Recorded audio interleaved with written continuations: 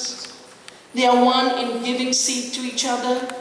They are one in threatening governments. They are one in ownership. My next book is going to be on a handful of people who own every corporation of this planet. And that will have to be one of the next tasks for our movements. To say, show your face. Why do you hide? Why do you hide behind the masks of corporations?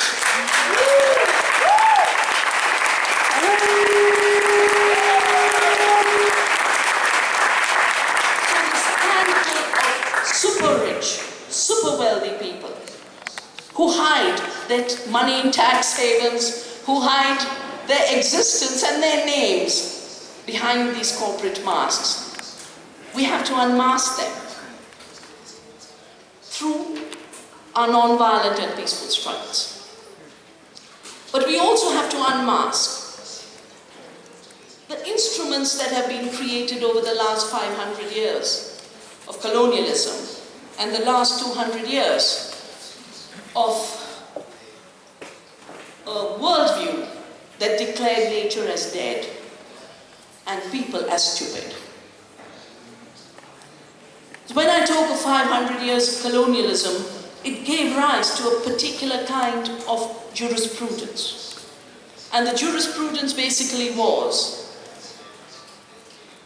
from Europe, if you come as a merchant adventurer, you can grab the land, the gold, enslave people. Yesterday when I was looking at the murals of Mexico's history, it was all there. It was all there. And to do this, they had to create property rights. We always had commons. And in India, even though we had kings, it was said very clearly, Sabhi Bhumi Gopal ki, which basically means the land belongs to the Creator. We merely manage it. We merely use it. And so, in law, there's always been a difference between tradable private property rights and usufructory rights. The right to use versus the right to buy and sell.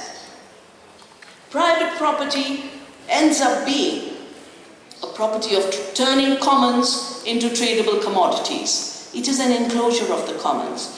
And interestingly, the word private is derived from the word privari, to deprive. Private property is created through depriving society of its common wealth, its public goods. And how did this come to be? The property in land was created through the idea that Locke has written about, and where he says that property is created by the mixing of nature with labor, but not the labor of the slave or the mule that is owned by the capital, but by capital itself. And they suddenly define a cooked-up category called capital, which in its roots means kaput. If you look at the Latin roots, it means kaput. Yeah. Turn money into this abstract form called capital, then turned capital into a spiritual worker. Literally, he talked about labor in spiritual form, when it is labor in form that violates all spiritual values. We talk of dharma as living in the right way in alignment with the earth. We talk of adharma as that which violates the right order. The assumption that those who have accumulated power by appropriating from nature and people have a spiritual power is such a cosmological blindness.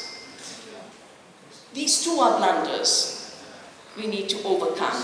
And the spiritual traditions of our diverse cultures has to be the guide to the future. It has been trivialized, it has been trashed, but it is all we have as a bridge to the future. And it is through the rights of Mother Earth, and it is through the rights of nature, that we reclaim our spiritual traditions. It didn't happen at a go that nature was declared dead. It took a lot of work by some men. And one of the people who's called the father of modern science is Bacon. Bacon actually wrote a book. He wrote 2